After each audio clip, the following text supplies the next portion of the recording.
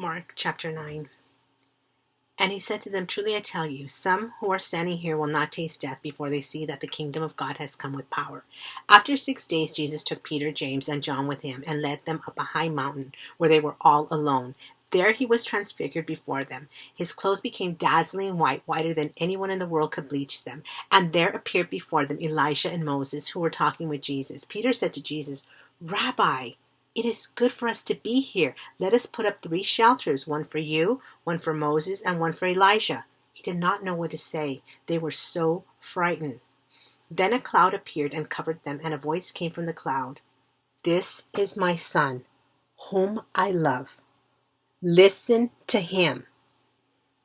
Suddenly, when they looked around, they no longer saw anyone with them except Jesus.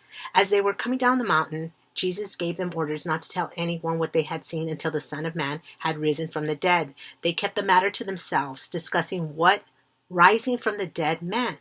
And they asked him, Why did the teachers of the law say that Elijah must come first? Jesus replied, To be sure, Elijah does come first and restores all things. Why then is it written that the Son of Man must suffer much and be rejected? But I tell you, Elijah has come, and they have done to him everything they wished, just as it is written about him. When they came to the other disciples, they saw a large crowd around them and the teachers of the law arguing with them. As soon as all the people saw Jesus, they were overwhelmed with wonder and ran to greet him. What are you arguing with them about? He asked. A man in the crowd answered, Teacher, I brought you my son who is possessed by a spirit that has robbed him of speech. Whenever it seizes him, it throws him to the ground. He foams at the mouth, gnashes his teeth, and becomes rigid. I asked your disciples to drive out the spirit, but they could not. You unbelieving generation, Jesus replied. How long shall I stay with you? How long shall I put up with you? Bring the boy to me. So they brought him. When the spirit saw Jesus, it immediately threw the boy into a convulsion. He fell to the ground and rolled around, foaming at the mouth. Jesus asked the boy's father, How long has he been like this? From childhood, he answered. It has often thrown him into the fire or water to kill him. But if you can do anything, take pity on us and help us. If you can, said Jesus, everything is possible for one who believes. Immediately the boy's father exclaimed, I do believe. Help me overcome my unbelief.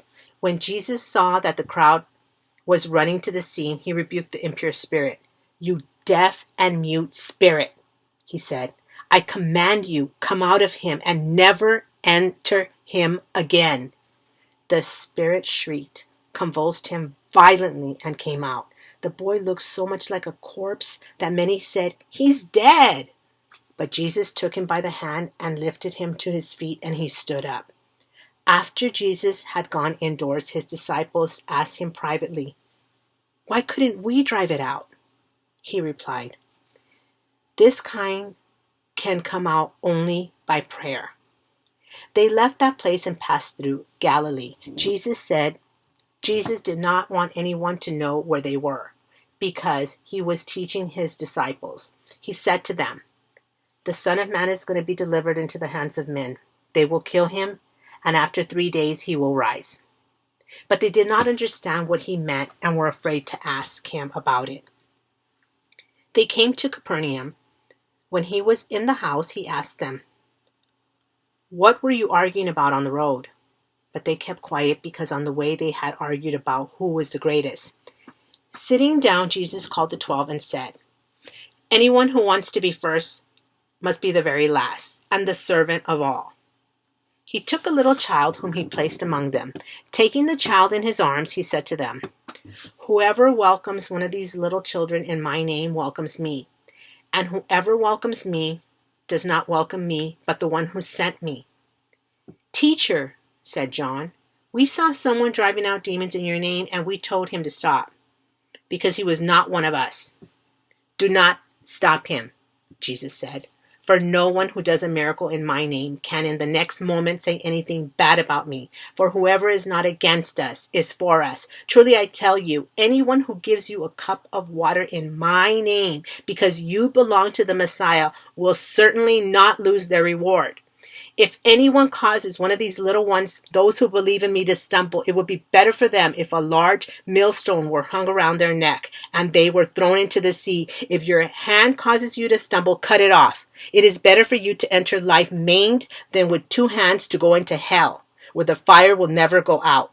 And if your foot causes you to stumble, cut it off. It is better for you to enter life crippled than to have 2 feet and be thrown into hell.